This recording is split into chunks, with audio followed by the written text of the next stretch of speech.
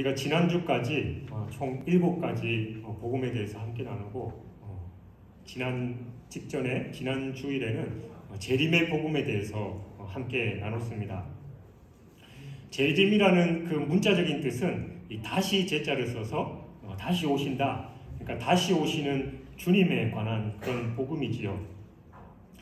재림이라는 단어가 있다라는 것은 당연히 다시 제자 말고 그 반대되는 개념, 처음 왔다라는 그런 개념이 있다라는 말을 뜻합니다. 그러니까 초림에 예수께서 있다라는 그런 말이죠. 바로 초림, 처음 오심을 기다리는 날, 처음 오신 그날이 바로 성탄절입니다. 오늘은 이 성탄절, 특히 이 아기 예수의 탄생을 기다리는 대림절 2번째 주일입니다. 이 처음 오심과 또 다시 오심은 깊은 연관성이 있습니다. 2000년 전 주님이 오시던 그날에 사람들이 했던 그 반응과 또 언제인지는 모르지만 다시 오실 그날에 사람들이 보이는 반응이 아마도 비슷할 것이라 생각합니다. 오늘은 이 주님을 맞이하는 그 사람들의 반응이 어떠한 것인지 우리가 함께 살펴보고 우리는 다시 오실 그 주님을 어떻게 맞이해야 되는지에 대해서 함께 나누고자 합니다. 처음 주님이 오셨을 때 여러 부류의 사람들이 있었습니다만 당황하는 사람들이 있었습니다. 이 동방박사들이 와서 유대인의 왕으로 나시는 이가 어디 계시냐라고 묻자 이 예루살렘 전 지역에 일순간 긴장감이 감돕니다. 3절에 보면 헤롯 왕과 온 예루살렘이 듣고 소동한지라라고 기록되어 있죠. 주님이 오셨다라는 이 소식에 이 소동이 일어났는데 이 축하와 환영의 소동이 아니라 그리 반갑지 않는 이 당황하는 소동이 일어난 겁니다. 왜 그랬을까요? 그토록 기다리던 주님이 오셨는데 기쁘고 즐거운 반응이 아니라 당황하는 그런 반응이 있었다라는 겁니다. 이 러시아의 민담에 이런 얘기가 있습니다.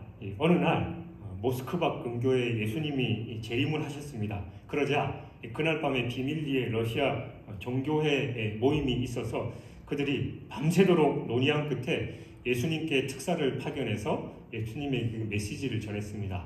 그 메시지의 내용이 뭐냐면 주님, 지금은 시기가 좋지 않습니다. 다음에 상황을 봐서 기별을 할 테니까 그때 다시 오셨으면 좋겠습니다.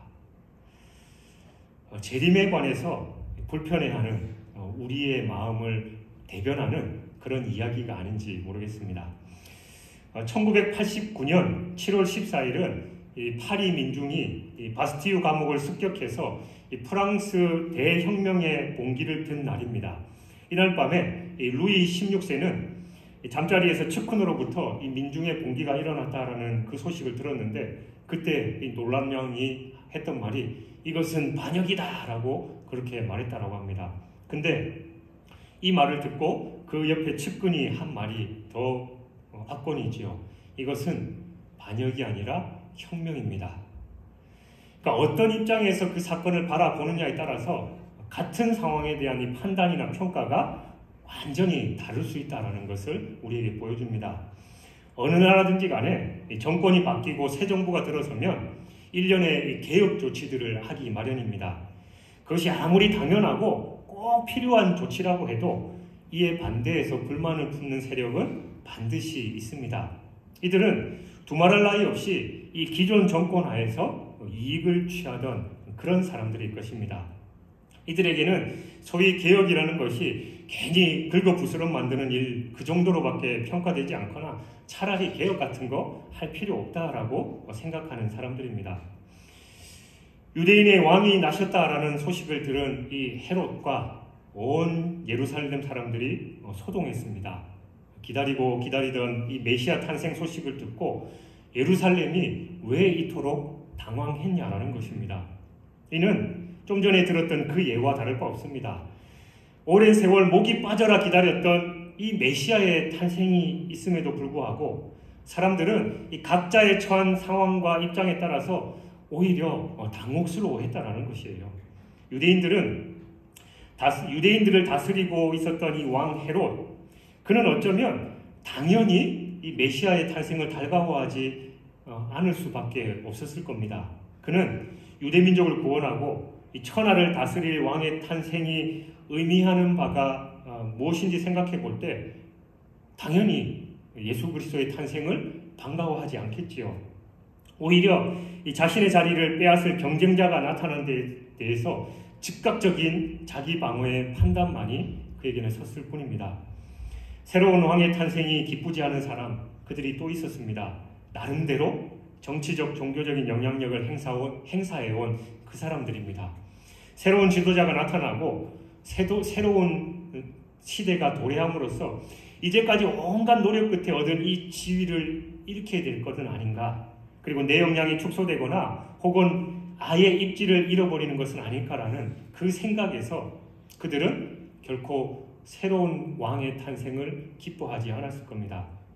그러나 이런 생각은 이 대단한 지위를 가졌거나 막강한 부를 누리는 그런 사람들만의 고민은 아니었습니다. 참으로 별것 아닌 지위와 이 알량한 명예, 마치 바람 앞에 등불처럼 위태롭고 또 불안하기 짝이 없는 그 순간에 안정을 누렸던 그 모든 사람들까지 어떤 모양으로 펼쳐질지 모르는 그 변화에 대한 각각의 두려움들을 다 가지고 있었다라는 겁니다.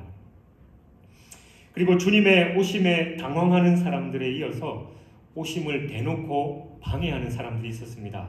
16절에 이에 헤롯이 박사들에게 속은 줄 알고 심히 노하여 사람을 보내어 베들레헴과 그 모든 지경 안에 있는 사내 아이를 박사들에게 자세히 알아본 그때를 기준하여 2살부터 그 아래로 다 죽이니라고 기록되어 있습니다.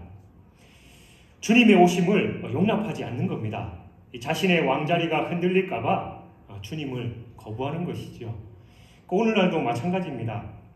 자객을 파송해서 죽이려고 하지는 않지만 마음의 문을 닫고 주님을 도무지 받아들일 수 없는 사람들, 우리의 창조주여 또 세상의 구원자임에도 불구하고 오시는 그분을 적극적으로 받아들이는커녕 오히려 적극적으로 거부하는 사람들이 많이 있습니다. 지난주에 함께 살펴봤듯이 적그리스도들은 이미 그들의 일을 조직적으로 하고 있습니다. 오미크론 변이 바이러스가 지금 전 세계로 난리인데 우리나라에 처음 전파시킨 사람이 바로 목사 부부이죠. 제가 그 기사의 이 댓글을 봤는데 정말로 보기 민망할 그런 정도였습니다. 이처럼 조심스럽지만 오히려 하나님의 일을 또 주님의 오심을 방해하고 싫어하는 그 사람들이 우리 중에 있을지도 모릅니다. 그 댓글의 내용들을 보니까 그리스도인이 아니면, 크리스찬이 아니면 하지 않을 표현을 쓴 그 사람들의 그 글도 봤어요. 그러니까 교회에 대한 환멸을 느끼고 내가 옛날에 교회를 다녀봤듯이, 아니면 조직적으로 신천지나 이단들이 그 댓글 활동을 하는 것도 있으니까 그렇게 대놓고 반대하는 사람들이 참으로 많이 있습니다. 아기 예수가 탄생할 때도 그랬습니다. 대제사장과 서기관들이 심정적으로 헤롯의 조치에 동조했다는 겁니다.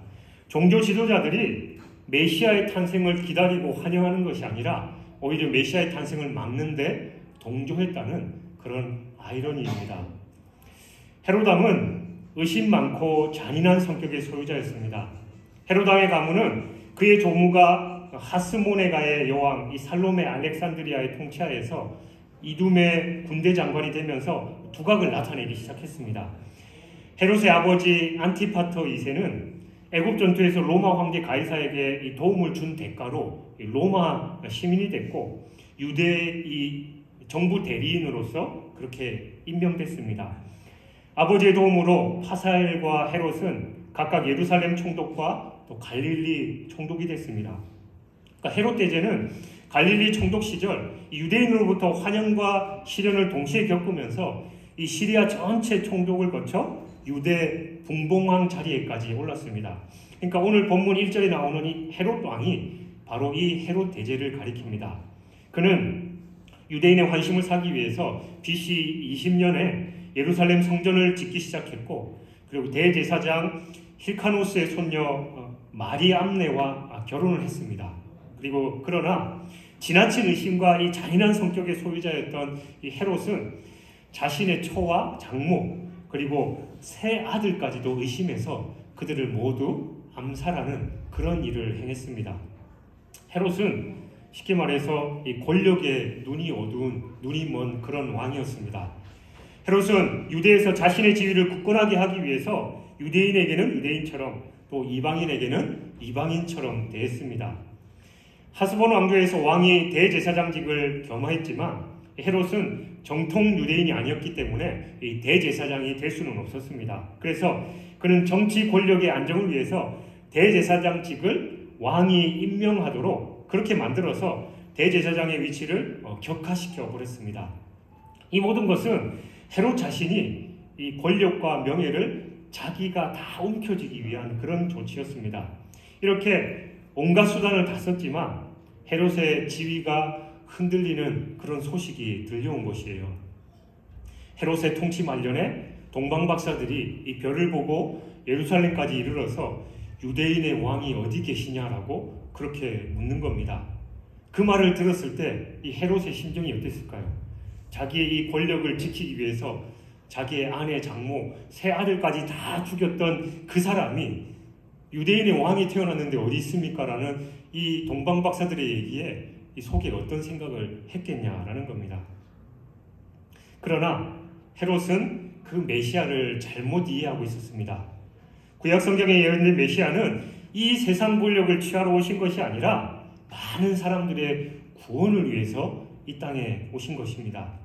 헤롯은 자신이 소유하고 있는 이 권력과 재력, 명예, 지식 등으로 오직 자신의 기득권을 지키기 위해서 다 사용했습니다. 그러나 예수님은 이 세상에 섬김을 받으려 하시는 것이 아니라 오히려 섬기기 위해서 오셨습니다.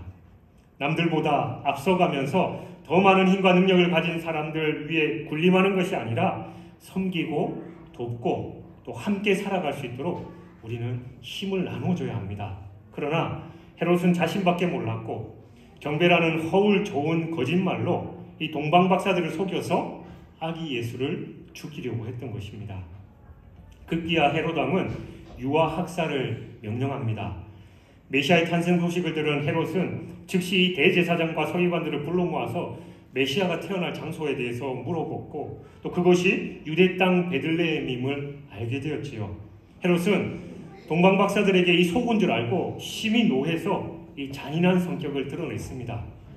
그 장소를 몰래 알아내서 가서 죽이려고 했는데 이 동방박사들이 자신을 속였다라는 이 분노에 이끌어서 베들레헴에 있는 2살 이하의 모든 사내 아이를 죽여버리라는 그 명령을 내렸습니다. 그동안 이 폭정으로 일관해왔던 헤롯은 메시아의 탄생 시점에도 여전히 의심과 두려움으로 이기지 못하고 잔인한 행동을 서슴지 않았습니다. 그러나 헤롯이 자신의 권력을 남용하면서 유아들을 학살했지만 예수 그리스도 그 아기 예수의 생명은 해칠 수 없었습니다. 왜냐하면 하나님께서 그 아기 예수의 생명을 보호하고 계셨기 때문이죠. 헤롯은 하나님께서 계획하신 여자의 후손을 자신의 힘으로 막으려고 했지만 실패했습니다. 동방박사들을 속여서 그 아기를 살해하려고 시도했고 또다시 수많은 아기들을 학살했어도 하나님의 계획을 막을 수는 없었습니다. 헤롯은 자신의 권력과 칼로 세상을 지배하고 또 아기 예수를 살해하려고 했지만 메시아의 머리카락 하나도 상하게 할 수 없었습니다. 이는 세상 권력도 궁극적으로 하나님의 통치하에 있기 때문입니다. 이 세상에 많은 통치자들이 있어도 세상을 다스리는 분은 오직 하나님 한 분밖에 없습니다. 진정한 유대인의 왕임을 과시하고 증명하려 했던 헤롯은 전능하신 하나님 앞에서는 그냥 겉모습만 표면적으로 유대인의 왕인 것일 뿐이지요. 그리고 당황해하고 방해하는 사람들에 반해서 동방박사들은 주님의 오심을 진심으로 환영했습니다. 2절입니다. 우리가 동방에서 그의 별을 보고 그에게 경배하러 왔노라. 그들은 이방인이었고 그리고 아주 먼 거리에서 예루살렘으로 왔습니다. 오시는 주님을 경배하기 위해서 말이죠. 그리고 그들은 정성스럽게 예물을 준비해 왔습니다. 언제일지 모르지만 주님이 다시 오실 그날 바로 이 동방박사들의 모습이 우리의 모습이기를 바랍니다. 그때는 우리가 이 동방박사들처럼 먼 거리 찾아갈 필요 없습니다. 온 세상이 다 볼 수 있도록 주님께서 영광스럽게 오시기 때문입니다. 오히려 예수님께서 우리를 세상으로부터 다 끌어서 불러 모으실 겁니다. 다만 우리의 마음을 다해서 정성으로 그분을 맞이하기만 하면 됩니다. 아기 예수는 세상의 왕으로서는 결코 적합하지 않는 그런 장소인 초라한 마국간에서 태어나셨습니다. 그의 탄생은 처음부터 말씀, 이 계시에 의한 것이었습니다. 이것은 유대 왕이나 귀족 그리고 부유한 자들에게는 알려지지 않았습니다. 오히려 소외당하고 약한 그런 자들 그리고 이방인들에게 알려졌습니다. 목자들은 밤새워서 양을 보호하던 중에 주의 천사로부터 이 구주의 탄생 소식을 들었고, 그리고 점성술을 비롯한 다양한 학술을 겸비한 이 동방박사들은 하나님이 주관하시는 저 별에 의해서 구주의 탄생을 알게 됐습니다. 목자들은 아기 예수께 기쁨과 영광의 찬송을 드렸고, 동방박사들은 황금과 유황과 또 몰약을 예물로 드리고 경배했습니다. 이들 목자들이나 동방박사들은 그 자신들의 일에 충실한 사람들이었습니다. 목자들은 소박한 마음으로 왕을 돌보는 일에 충실했고, 동방박사들은 정직한 눈으로 이 세상의 움직임을 바라보던 그런 사람들이었습니다. 이처럼 그리스도의 탄생을 축하하려고 외부에서 방문한 자들은 두 부류의 사람, 목자들과 동방박사들 뿐이었습니다. 동방박사들은 인내로서 메시아의 별을 따라갔습니다. 바벨론 포로 이후에 유대인들의 메시아 대망 사상은 너무나도 확고했고 간절했기 때문에 당시 동방제국에서 널리 알려진 그런 보편적인 사상이었습니다. 따라서 동방박사들도 역시 유대인의 메시아 대망을 갈망하고 있었던 것이죠. 열심히 별을 관찰하던 이 동방박사들은 하나님의 은혜로 또 크고 놀라운 그 메시아의 별을 발견하게 됐습니다. 이는 하나님께서 이 천체의 별을 통해서 메시아 탄생의 사실을 이 동방박사들에게 알려주신 것입니다. 이러한 사실은 동방의 박사들로서는 참으로 큰 복이 아닐 수 없습니다. 그들이 이방인이었음에도 불구하고 이와 같은 큰 복을 받은 데는 분명한 이유가 있습니다. 그것은 동방의 박사들이 자신들의 삶에 진실했고 또 열심히 진리의 삶을 추구하던 자들이었기 때문인 것입니다. 열심히 별을 관측하던 동방박사들은 크고 놀라운 별을 발견하고서 그 별이 메시아의 탄생을 알리는 그 별인 줄을 확신하고 그 별을 따라서 갔던 겁니다. 그러나 이러한 사실이 그냥 단순하고 쉬운 일이 아닙니다. 왜냐하면 동방으로부터 유대까지의 거리는 자그마치 수천 킬로미터나 멀리 떨어진 길이었고, 당시의 도로 여건이나 여행 수단을 염두에 둘 때 그 거리를 여행한다는 것, 그게 상상처럼 쉬운 일이 아니기 때문입니다. 그 거리는 웬만한 인내가 아니고서는 중도에 포기하고 돌아갈 그런 거리였습니다. 그러나 동방박사들은 인내로서 메시아의 별을 끝까지 따라갔습니다. 메시아 탄생에 대한 소망과 기대가 그만큼 간절했고 컸기 때문입니다. 그들은 모든 어려움을 극복하고 긴 여행을 마치고 유대 땅의 수도인 예루살렘까지 왔고 헤롯 왕궁을 방문하게 되었습니다. 이러한 사실을 통해서 우리는 중요한 교훈을 배울 수 있습니다. 그것은 간절히 사모하고 열심히 찾으며 결코 포기하지 않는 자들에게 하나님의 큰 은혜가 임한다라는 사실입니다. 동방에서 온 박사들은 유대인의 왕께 경배하러 왔습니다. 동방박사들은 당시의 과학과 자연에 대한 깊은 지식을 갖고 있었습니다. 특히 이 별에 대한 지식은 인간의 운명과 연관된 것으로 믿고 있었습니다. 그래서 별점들 오늘날에도 보잖아요. 그처럼 그 별에 대해서 열심히 연구하던 그런 사람들이었습니다. 그들은 신바벨로니아의 이 점성학에 관한 연구 기록과 또 메시아 탄생과 관련된 민수기 27장 17절에 기록된 이 발람의 시에 대해서 분명히 알고 있었을 겁니다. 그래서 동방의 박사들은 별이 인도하는 곳을 쫓아서 예루살렘까지 그렇게 왔습니다. 이 이방인들은 유대인들도 알지 못하는 이 그리스도의 탄생에 관한 그 소식을 오히려 묻고 있습니다. 메시아가 탄생한 곳에 그 사람들도 모르는 일을 이방인들이 예루살렘에 이르러서 유대인의 나실 곳을 묻고 있는 것이지요.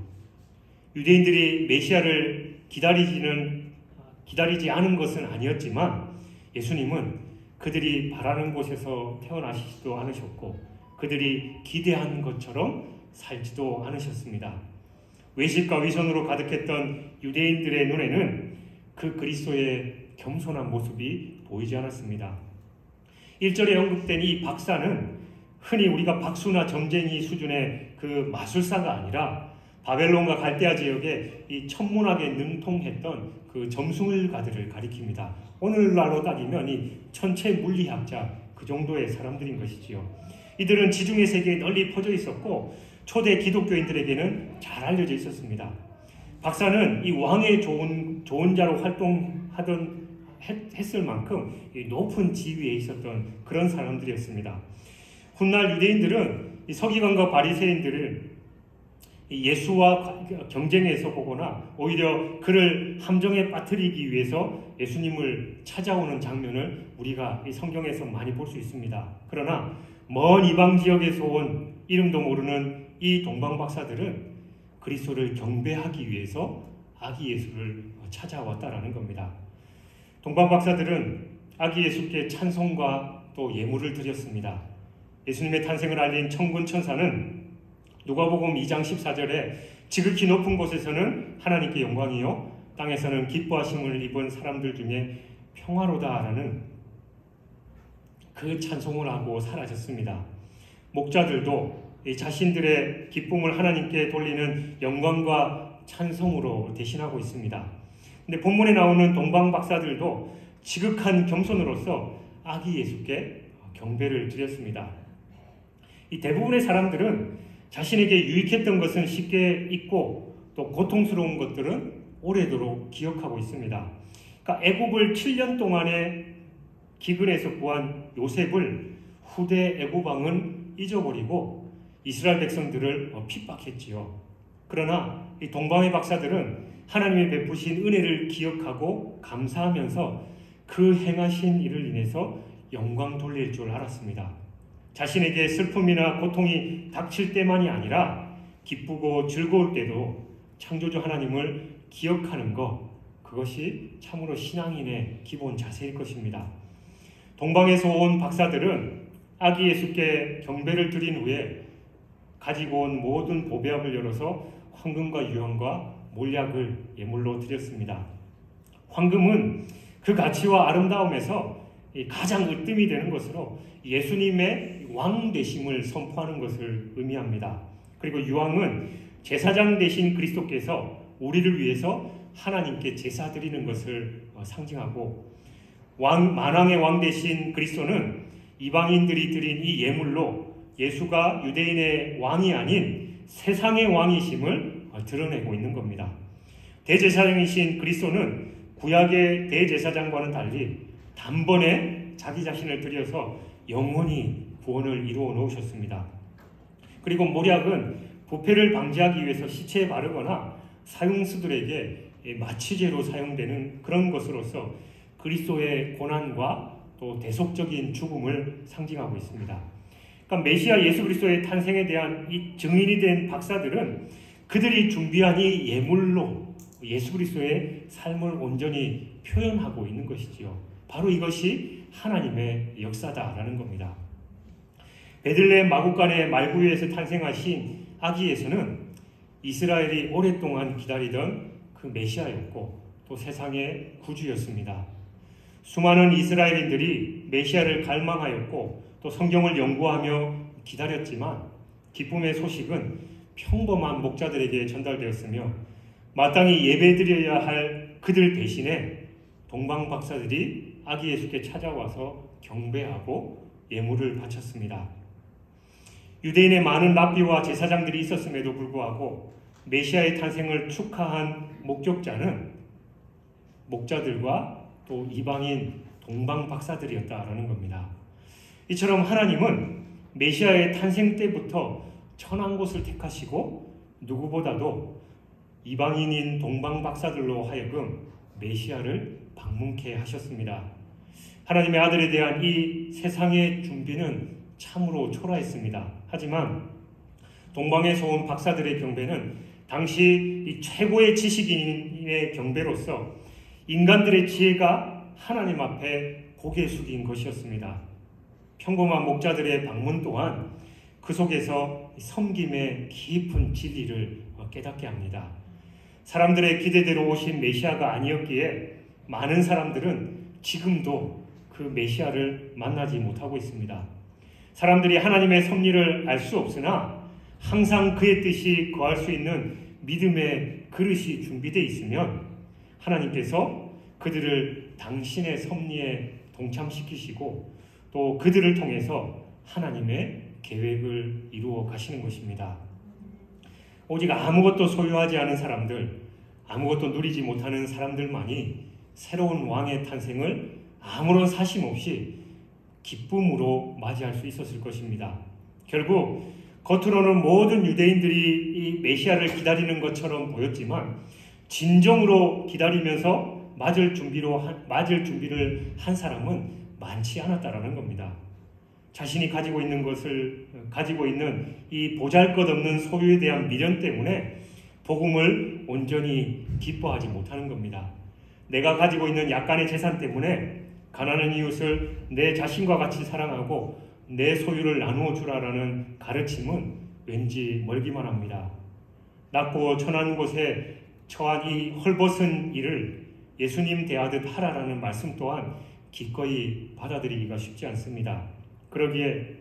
그러기에는 내 위치가 있고 내 입은 옷이 너무나도 깨끗하기 때문입니다. 땅끝까지 이르러 주의 복음을 전파하기는커녕 주위에 아는 이들에게조차 전도하는 것이 낯뜨겁고 쑥스러운 것이 우리의 솔직한 마음입니다. 현실의 이기적인 욕망과 또 기득권에 집착하는 이들은 결코 메시아 예수를 만날 수 없습니다.